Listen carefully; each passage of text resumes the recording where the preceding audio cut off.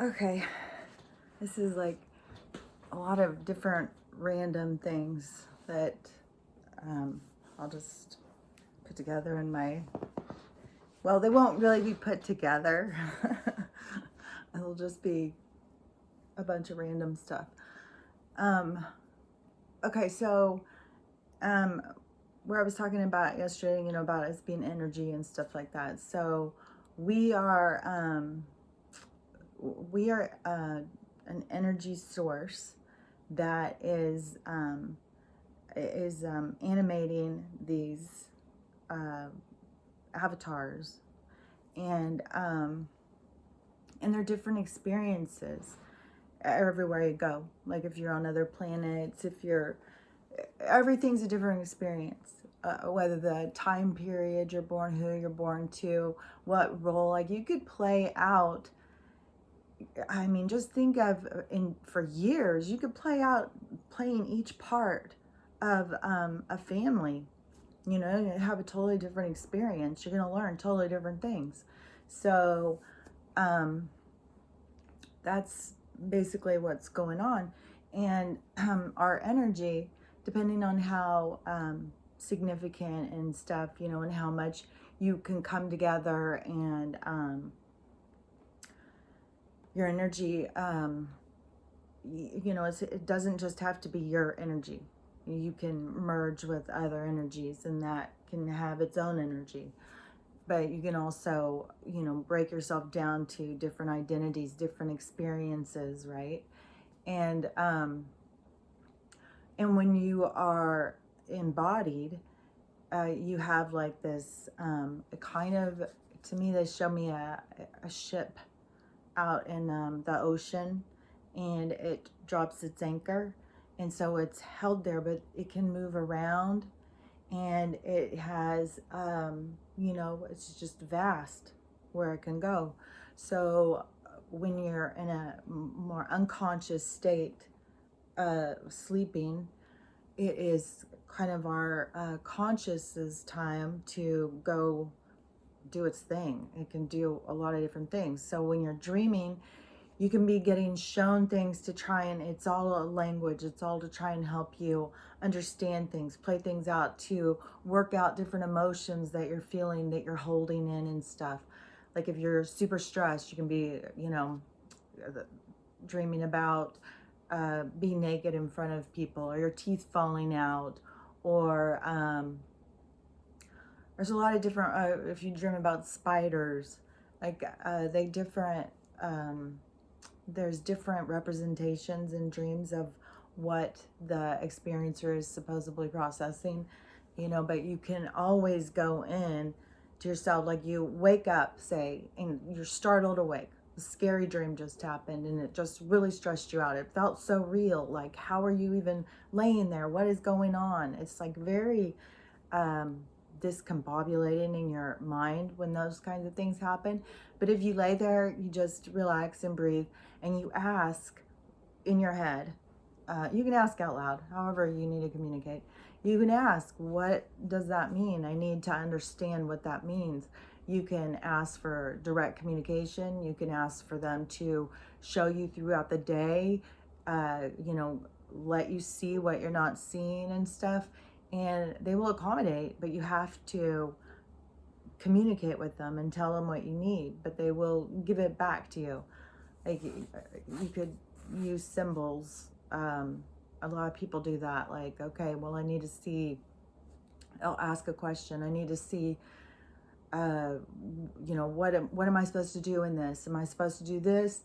Then have me see, 3 butterflies today throughout the day, or have someone talk about butterflies in front of me, or whatever. People do all different things. Like that pendulum I was wearing yesterday, that was rose quartz. And I didn't know about this until only within the last few years. But you can take it and you hold it. It's got to be a pendulum, it's got to be hanging. And then you just hold it, and you got to hold your hand real steady. So you got to, hold it somehow like this. And then you can ask the necklace to show you yes and show you no. I always make sure that I'm like, am I communicating with the beings and spirits for my own best interest, for the best of mankind, for, you know, positive energy, you know, all of the different things.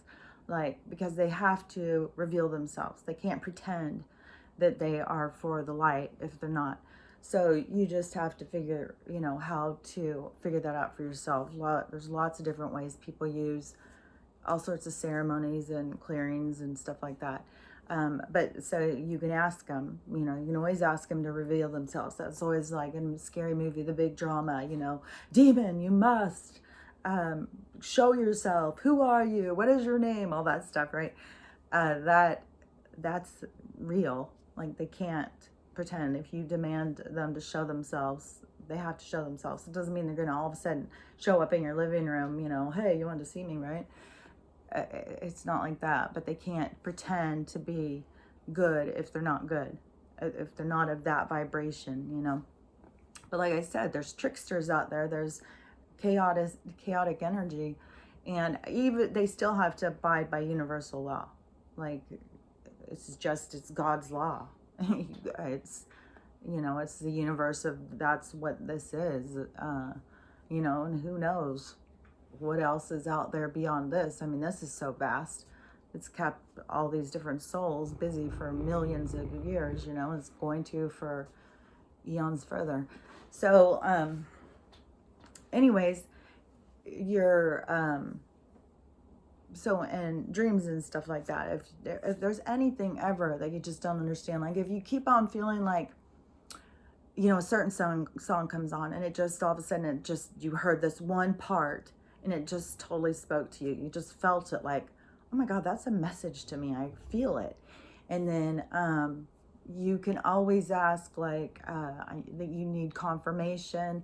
You need them to show that message more. You need to understand more what's going on and stuff like that. You got to learn to communicate, like, that they're real. Even though you don't see them, you have to trust that there's something there. Once you start trusting that there's something there, you start feeling it. You'll start knowing it. It won't be, you know, like a maybe. Like, you know, there's something about how people see others as crazy because they don't understand what those people understand. But see, all of our understanding is at our vibration. It's at our resonance. It's where our understanding lies, and it's based on experience. And so, you know, you're not going to understand, like, a first grader couldn't walk into a 10th grader's class and understand what's going on. And that's not saying like the 10th grader is ahead or better or any of that stuff. You know, it could be, there's so many variables in everything. Everything is gray. There is no black or white, really. It's all gray. You know, it's all just, but you have to reach that that level of understanding to see it that way. Once you you know, reach it, and that's another thing too, is when you go up in resonance. So like, you can go in all of this, but you can still go back, and it may be uncomfortable. Like, there's a lot of people here who are bringing positive things into this transition on earth right now for human beings. A lot of people, a lot of souls are here to help, and it can be super uncomfortable because you're going from a higher resonance where you prefer, because it is a deeper understanding. All of the beings that would be there, all of the souls, they're up there. They are wanting to help, but it's uncomfortable to go down here because none of them understand. You know, it's like you've sat down a giant an auditorium full of 4-year-olds, and you're trying to teach them all how to tie their shoes. It's like, you can understand it, and then besides the fact that they're, you know, will be calling you crazy and you don't know what you're talking about. I can't even tell you how many people over my lifetime when I was telling them that aliens were real and stuff, how many people, I mean, people stopped talking to me. When I was younger, there was lots of people who just didn't ever want to talk to me. Like it becomes like a thing, like in junior high and high school, right? Because you just become like the weirdo, and people would start talking to you, and they would just be like, "Oh man, you're way too deep for me." You know, like you're just talking in a way, and it doesn't feel deep. I don't feel like, wow, I'm digging in deep here, you guys. Let's just really talk about. No, it's where I'm at. But I'm not saying like, like that means that you're better than these other people, and because we're all one, we're all the same. It's all just experience, and not everybody wants to rush through it. I mean, some people want to, some people have been doing it longer. I mean, there's just, but we're all here to help one another. It's just right now in this planet, we're having an awareness of how much manipulation there is, of how, what we think and how we see each other and how we feel and our understanding of everything and our history. Everything has been manipulated. So we don't really have a knowing of all things. And this is a period of time that you have to be okay with not knowing and wanting to know, because this is for people who are scared of the unknown. This is scary times. People are, they may have thought like, oh, I'm going to get born at this time and I'm going to get in there and I'm going to do it. But then, they weren't ready. And that's not like shame on them. That is just, that's excellent.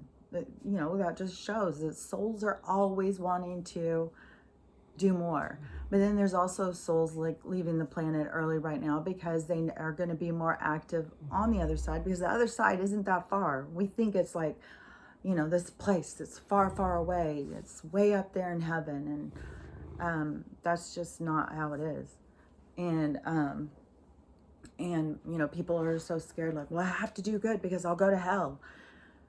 And that's not, hell is, you will make your own hell. If you have any consciousness, any sense of right and wrong, your guilt will eat you up when you do something wrong. That's why you don't do things that are wrong, because it's mean to yourself. You have to love yourself enough to respect yourself and to know, like, if you hurt someone, you're going to feel the pain. Not only do you not even understand the karmic debt that is created, but you feel it hurts to hurt people. So that is why most of us don't hurt people. I think, even if they said, hey, we're going to make it the purge, go out and just, like they do in the movie, which I'm sure that's what they really wanted to do, because Hostel, that's a documentary, and Purge, that's their game plan. But even if they said, okay, you guys, you can go out and just murder all day, the people who are going to be out murdering are the ones that were addicted to video games, probably, because they use that kind of an indoctrination to separate you so you don't care so much about people. They make them look so realistic. So I keep looking over here because this is where my TV is. So when I talk about something on there, that's what I'm looking at. But so when they make all that stuff so realistic, and these guys are, it builds up adrenaline. Like, these people who are manipulating the mind know how, like, body chemicals and psychology and stuff work. They're doing it all totally on purpose. So they're creating their little soldiers or whatever and making them really good at shooting. I bet you could hand some of those guys a gun and they could go their first time to a real shooting range and hit target after target. I've never touched a gun. I've never shot a gun. I've never held a gun. I'm completely intimidated and scared of guns. And I don't know if I've talked about it before, but I've talked about my dad being an alcoholic. My dad was, I don't know, he was like, it's totally 70s kind of gangster, Las Vegas, like I don't know. There's a lot of those guys that thought they were like the Rat Pack or something. And anyways, he was always involved. I mean, he was successful, but he was always involved in bad stuff. And these people would come in. This is my thing about my early learning of money, was that I was around a lot. Like, I didn't have to worry about money. I never had to worry about not having. I had my own bedroom, and a group, a family of 4 kids, and I had my own bedroom, a little tiny kid. And so I always had all the stuff that I could want or need or whatever. And there would be people coming into my house and stuff, and I would always hear like how they were millionaires, they had all this money, oh, they're so rich and all that. And I don't even know how I would hear these things, but there was always, it was very social. It was constantly parties and stuff when you were around those kind of people. They were always getting together, drinking and partying, and the kids were always off getting into trouble. And anyways, so when those people would come in, and they would be, these rich, supposedly sophisticated people, and they knew what they were really doing, and most of these old guys would hit on me, and I was a little kid, and I can't even tell you all the disgusting, uncomfortable situations I've been in, and so disgusting. Anyways, so to me, I was like, the money doesn't mean anything. Sure doesn't mean like, because you have money, you have some kind of moral fiber. It's quite the opposite.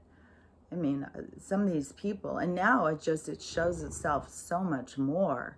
The moral the depravity that comes for some people when they have money, they just become depraved. So it's, I think that saying, whatever from the Bible about a man could fit through the eye of a needle easier, a rich man could fit through the eye of a needle easier than he could fit, or I don't know, I'm not a Bible person, but I think you know what I mean. I think we've all heard something about it. It would be easier or maybe it's a camel, to fit through the eye of a needle than to get into heaven. Because they do and it is not like heaven, like I just said, isn't like a special place for the good people. This is hell, like what's going on right here. This is evilness that is overtaken so many people, and it is it's like Sodom and Gomorrah or something. That is what hell is about, is where evil runs rampant.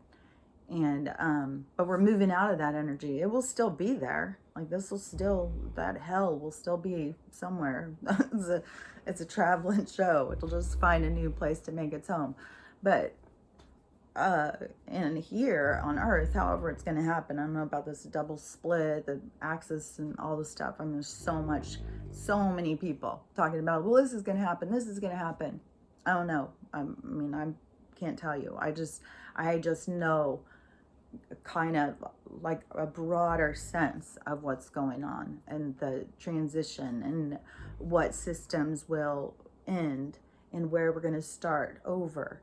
And there's a lot of stuff right now too with like Texas being frozen. I grew up in Texas, like I have a ton of family there, so I know like these people are going through it, and I feel bad. It sucks. I mean, nobody expects Texas to freeze. It's usually hot. Like right now, I'm usually cold, and especially when I lived in Spokane, it would be, cold well up and through spring, and they would already be like in 95 degrees, and it'd still be freezing here. So yeah, it's weird. And they're having another storm. So everybody's going through all of this stuff to, wake them up so that they see. But I heard somebody talking about that this is making people understand like the basics and stuff. And when you get cut off, and when I moved out here to this little cabin, and my first year, when I moved in, it was at the March, and over where I was, it was like I told you, it was this long, drug out winter, and it normally doesn't snow here. So when I moved, we had to go across the pass and stuff, and it was snow but when I got to my house, it was just snow everywhere. And so we had to move in, like we had to get this big truck in on this ice. And my yard is, it's kind of like a little cabin tucked in the woods, even though it's in a neighborhood, it's tucked back. And in the ice and stuff. Anyways, it was an ordeal. It was so many ordeals in that move. I can't even tell you. That person I bought the house from, I don't know if I've said this before, but it just is weird to me. And the person I bought the house from, they were Canadian. My house was always owned by Canadians. It's been a Canadian cabin that they would come and visit, right? And so these people were selling it. And they never came and got their stuff. And so I kept asking the realtor, well, have they got their stuff out yet? I'm coming to move. I'm moving next week. Like, have they got their stuff out? And she goes, well, no, they've already forfeited it. It comes with the house now. You have all the stuff. And I hadn't even seen the house yet. Oh, wait, I did come after I'd already bought it, when it was still going through inspections. Something had to be done. So I did drive out and I did see it from the outside. But anyways, so she said, that all the stuff was mine. But so I didn't know what all the stuff was. And so I'm like, oh my gosh, I got to move. I've got people who are helping me move. They're going to have to, go through all this horrible weather. It was a windstorm across the pass and stuff. It was horrible. And then get here, it's a total ice rink. In this big truck, moving stuff, like trying to walk on ice, moving all this stuff, right? I was like, oh my gosh, it's horrible. And I didn't know what all this guy had left in the house. And he left a ton, like all their stuff. And we had to move it all out. And so, I had all these people here. So I was like, well, it's snowy and crappy out, and I don't have anywhere to put all this stuff. And I was having people who weren't moving furniture help me, go through this stuff. Should I just give it to Goodwill? What should I do with it? So I've, been organizing, doing all this, trying to move it in and stuff. The guy shows up a week later and wants his stuff. I was like, what are you talking about? Well, I'm here to get my stuff. It's like, dude, I moved in a week ago. Like, it was the weirdest thing. Like, he really didn't see anything wrong with it at all. It was like so weird. But anyways, moving out here and being out here, and then when I moved in, and it was like that, for my first experience here, there was trees down, like giant trees in my yard, giant trees broken on houses and stuff. And so they were all talking about, there had been just this huge windstorm in December. This is March. This huge windstorm that had just taken out houses, just destroyed, and that I better expect at least 4 of those a year. The power goes off all the time. Our transistor, or whatever they're called, where the place where they all go, it blows up all the time. All sorts of stuff. And my pipes freeze. So I learned right away, like, I had to be a little bit more independent. So I have a wood stove, I have a generator and stuff. But I keep seeing now that all these other people, these city folk, are now all realizing, like, oh, well, maybe the government won't be able to solve it. Maybe we'll have to take care of ourselves. And there's going to be so many different things happening to get people to have that mindset. Like, I need to be self-reliant. I don't need to be relying, and I'm giving up power to expect the government to take care of anything. I think that the people who started moving off grid and just going out and completely being homesteading and all that, I think that was, they were listening to themselves, like they were they were paving the way to show others, like, this can be done, you guys, we can do this. And I think a lot more people are going to see, like, yeah, that's what we need to do. I mean, we need to be independent. We need to end corporate farming, big pharma, all of these corporate things, because they're all based on, like, big business. They're all millionaires, CEOs and stuff, and they're running the world. They own everything. They own the media. They manipulate us with that. They own the entertainment. They manipulate us with that. It's just, it's such a, and then their whole money system with the central banks, all meant to enslave us into a system that we were never going to win at. They, every so often, they just crash it. It's like, no, it's completely for them to stay here and us to stay here, and the them has gotten to be a smaller and smaller amount compared to the us. Like that 99% to the 1% thing is remarkable if you've ever seen some of that stuff. And when you think about that, they own everything, they run everything, they manipulate the shit out of us, they've enslaved us into their system, they're not honest about anything. It's just, it's crazy. And I think, a lot of it is going to end, it's being exposed to end, but a lot of people are going to just, become more independent, like living like the Amish. I think that is going to be a huge wave. I think people are going to move out of the cities. People are going to want to socialize more, actually know people, because of all this fake social media. I mean, there's people who have been in relationships, like actual relationships, what they consider a relationship. I know we all have different standards, but what they consider a relationship for years, never seen the person, never. Some of them never talked to them other than typing letters or texts or whatever, have never seen their faces and stuff, considered a relationship or madly in love with them. It's not even the person in the pictures. It's just, it's so fake. It's all so fake. People are just more and more burnt out by it. It's the 100 monkey anyways, because if, it happens to so many people, it's just, we all feel the effects. So we're all turned off. It's just going to be a wave of like, so many people are getting disgusted by Facebook and Twitter and all of these people who think they're better than us, that can decide what our information should be. It's like, I don't need them to decide what my information should be. Just put all the information out. I'll decide what's for me.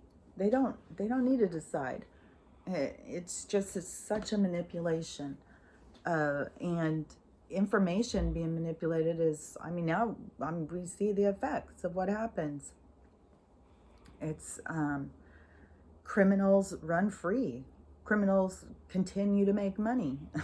It's like, it's disgusting. That's why, it's that energy of hell. It's but we're moving out of it. And see, when I was first started talking about the consciousness and about dreams and about the communication, but when you are asleep, sometimes you're not even in your body. You're just out doing things. And that is where, when people start really comprehending what that all means about energy and consciousness and stuff, and that your experiences that you control with your mind are just as real as the ones in your body. And like I was saying before, getting a brain injury, and you start becoming disconnected from things. So you start seeing like that this isn't any more real than my dreams. This, I can feel it and stuff, like it has matter and stuff, but that doesn't mean it's more real than anything else. I can't even tell you how many times, like, I could just be sitting here for a second, especially when I'm by myself, and you just relax. I can relax really easy now, but just relax, and within minutes I am transported to someplace else. I'm not here. And it's always shocking. That's why I said, when you wake up and it's always shocking, like, oh my gosh, it is weird. And especially you can even start having this where you're in two places at once. That is really weird feeling. And I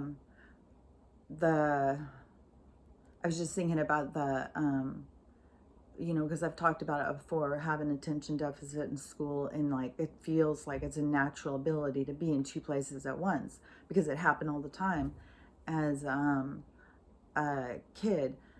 But there's something that's more, it feels more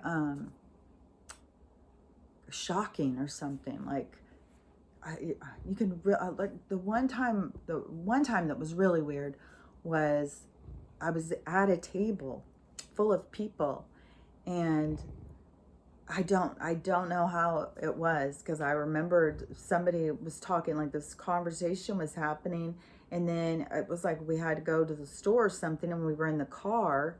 But I don't remember, you know, going from this table to the car. I just remember we were in the car and we were driving. I could feel the wind, everything. And all of a sudden I was sitting at the table again, and I was just like, what's going on? How did we get here? And everybody's like, we've been sitting here for a long time. And I'm like, no, we were just driving somewhere. And they were all like, no, we've all been sitting here. But I've just had so many of those experiences now, and I think that there probably is a way, like you could control them or something. Like maybe mine is just like out of control, it just willy-nilly just doing what it wants. I don't know. You know, I definitely try and work on having control and having awareness and being aware, and conscious awareness is that I've said it so many times, and that should be the goal, you know. And a lot of people won't even understand what that means, conscious awareness. But it is being conscious, being present in every moment. You have to actually be present. Like, you're not on autopilot. You're not just going and doing and just thinking. Your brain's just going 100 miles a minute, stressing you out. And, oh, you got to do this, you got to do that. Oh, you should have done this. Oh, you shouldn't have said that. You should have done this. Oh, God, you're so horrible. Oh, my God, you're so fat. Oh, God, why would you do that? Oh, you shouldn't go there. You shouldn't do, you know, it's just this fucking shut up. Well, once you can get that to shut up, it's so much better. But yeah, it's practice. But the conscious awareness, you know, is turning off that chatter, being present in the moment. And it can be everything, you know, being present in the moment of actually eating your meal, not like on your phone eating, but you're actually sitting there enjoying each bite of food and just being grateful that you have this food and how pleasant and delightful it is and stuff. That is, that's conscious awareness. When you're talking to somebody, you're not distracted thinking about other things. You're actually present in the moment. It all has to do with being present. And because when you're not and you're on autopilot, you're in this area of, you are kind of like if you were a dog and I use dogs a lot, but if you were a dog and you have been abused, like Millie, like you're a dog and you've been abused, and so you when you go and you are around people, then you are going to snap, and you're going to treat the world differently than if you know, were a cared about, loved dog. So it's basically when you're down here in this kind of chakra area and you're on autopilot, you're kind of in that kind of mode as an abused dog. You're just reactive. You're not thinking things through. You're reacting. They made me feel bad. I got to react. This happened. You know, I got to go cry. Well, you know, it's this. It's a different way of being in the world. And once you start being in the world and being present and being thoughtful, it's a different way of living. This is what it was that I was thinking about with the crazy thing. Because if there is people who think like, oh my gosh, this lady is batshit crazy, she talks complete nonsense, who the hell would ever listen to her? You know, that's fine. I mean, you know, you can't make people see what they can't see. You can't force them to, you know, go up. They have to experience it. That's part of what life is all about. But I will just say that if this is crazy, it's great. Everybody should want to be crazy, because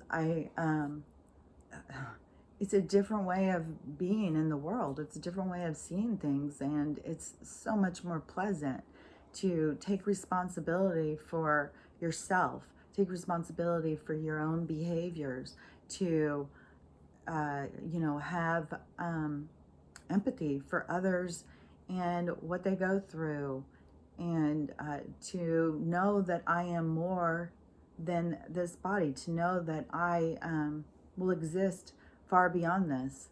And when this ends, it was meant to end. It was written that way. And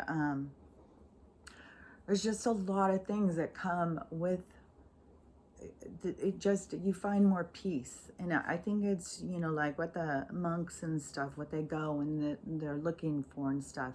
And it's an understanding of the universe and your place in it, and finding peace, because so many people live in fear and confusion. Like, how are we here? Especially with the idea of like, it's just a scientific kind of like weird fluke, and somehow we became human beings. That that would be a very scary way to live. It would make no sense to me. I couldn't. I have to go and look for my own truth. I can't live by other people's truths. Even when I was younger and they kept trying to push the Bible on me, it's like, but this doesn't make sense. And I would keep asking questions and I would be like, but this doesn't make sense. Well, you just have to believe it. I can't even tell you how many times I've been told that. You just have to believe it. You just have to believe it and trust it. Like, yeah, but if it doesn't make sense, why would I trust it? If it needs to make sense. If it makes sense to me, yeah, I'll trust it because it makes sense. But I'm not going to force my internal guidance to accept something that doesn't make sense. So, and then once I saw that Name of the Rose, I'm pretty sure that's what the movie was. I think it was Christian Slater and Sean Connery. And I don't remember. I just remember what I got out of it was that they're manipulating the Bible at the Vatican. They have from the very beginning. They put out the stuff that they wanted to use. They left out things. They put in the ways to keep people fearful and easily controlled. And that is, that movie is old too. I swear I saw that in the 80s, and they were putting that message out then, because that is the world, and they do have to expose themselves, and that's what they used movies and entertainment for, was to expose what they were doing, because that's the universal law. You have to expose yourself. So they use these things, but they, and we didn't realize what they were doing. They were tricking us, but they were showing us, what they were doing, what their plan was. That also, the indoctrination part is just mind-blowing.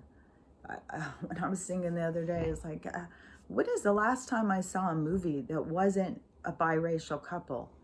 It's like, that we went from, when I was younger, like watching Dick Van Dyke and stuff, there was some black people, but it was focused on this white family, and back then there wasn't a lot of white families that were friends with black. It was, even when they quit, hanging black people, there was still a divide. There had to be a merge, and it happened over a process. That's why this whole thing right now, them saying like, everybody's racist and stuff like that.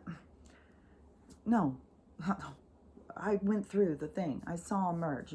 There may be some hidden racist people out there somewhere, but there's not. We're not living in this racist thing. That's a narrative that they're setting. At the same time, they're pushing certain things down our throat. Like they have to. This trans thing. which I mean, I 100% believe they are pushing people to be uncomfortable in their own bodies. There should not be this many people who feel that they need to have surgery or be the other sex. This is an agenda. This is something they're pushing people to not like themselves. The same thing with these stupid filters.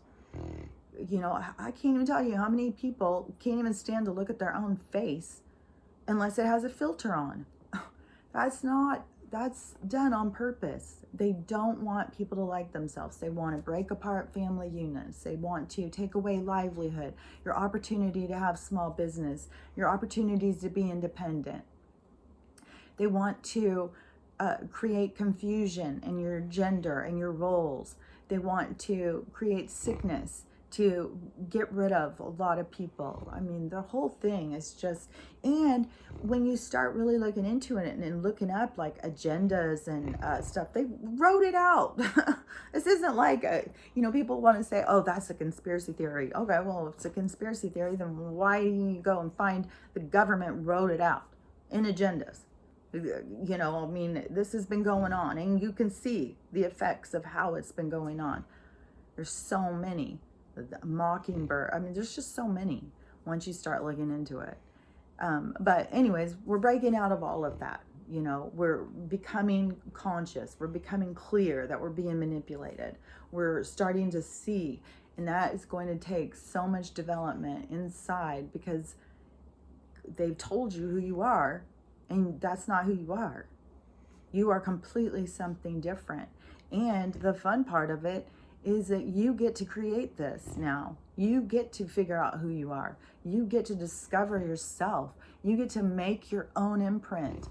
It's not going to be manipulated anymore. And that's the beauty of what we've got going here and what we have coming. And I know it's going to be hard, and a lot of people are going to be suffering, and but you got to just keep your eye on the I have two things in my head at once, because the light at the end of the tunnel, and keep your eye on, and I know it's not eye of the tiger, but that's what my brain does. It is kind of like, to me, what I feel like with my brain is, when I used to have a really good memory, and people could ask me things, and I would, in my head, I would feel like it's like this filing system is going, goes up, pull it up, and then I would see it, right? And I would always I'd be thinking, and that's how it would be in my head, that I would be seeing it. And now I feel like it is like this old broken processor, and it's got smoke coming out, and it's like I try and ask it a question, and it's like, oh, I can't find the file, kind of thing. So, but there's a lot of, when it has things that will merge a lot of stuff at once, and sometimes I can't pull them apart. It's just really weird when you think of how brains work. It's very weird. It's not, like, you can have a brain injury and still be smart, still be able to understand things and all that stuff. For me, it kind of like slows it down. Like, there's lots of times people could be talking about something, and I got to ask somebody, like, what are they talking about? Like, it's going too fast, and I need it to go slower. I need it to be like, so I can process each thing that's said. I don't know. It's just different. It's one of the things you got to get used to when you get a brain injury, of this different way of being, this different way of understanding things. And so, see, that was a lot of jumping around. And I'm sure, like yesterday, after I was talking about that Ram Dass guy, that guy is very interesting. I think that his books would be interesting. Some of the things I don't really like to go in and read it or stuff, because the stuff is coming into my head, and then it's after the fact. They'll bring me the information, and so it's more of confirmation. So I'm not having my brain, I'm not getting other people's information that I don't understand and trying to say it. I'm getting it directly is to my understanding of things. And then when something is brought to me and I'm like, oh, that guy's saying the same thing as me, like, okay, he gets what I'm saying, then it's different than me going and listening to him and being like, oh, okay, yeah, I'm gonna go talk about that, because that, anyways, I think you get what I mean. So I don't go and watch all this stuff, some of the stuff I just know of, like David Wilcox. Like, I just know he has a lot of books out there. I haven't read any of his books. I know he has a lot of books. I know he does a lot of talks. I've watched him talk a lot in his, I don't know what you would call them, just speeches or something, conferences where people videotape it, and then he's out talking about stuff, and he does that. He's smart, and he'll show slides and stuff. He's very interesting. And so I would assume his books are, condensed version of his stuff, and he's very interesting. And the same with Dolores Cannon. I haven't read all of her books, but I know what her stuff is. I've listened to her speak a lot of times, and I think it would be kind of harder for you to go and find these people. You can research them and try and find them speaking at conferences and stuff, and listen to those if you prefer that instead of the books. But you can also you can get those audio books, and they'll just tell you, and you don't have to read them. And that's kind of handy when you're cleaning or doing something you don't have time to watch. But sometimes the background of somebody talking, see, that's the thing too about being present. You got to be present into what they're saying and actually listen, because to me, I can totally zone out and just go into I can't even tell you how many things I've had to go back and start over, because I'll be doing something and then the talking will zone me out into this meditative state. I'll be completely somewhere else, and then something will trigger me out of it. And so there's that too. It just depends. But the audiobook things can be good. I feel like I'm like trying to say two different things at once, because it's about being present and about if you'd rather listen than to read, if it's more convenient. But anyways, I'm about to have a coughing fit. My throat is raw. So okay, I'll talk to you later.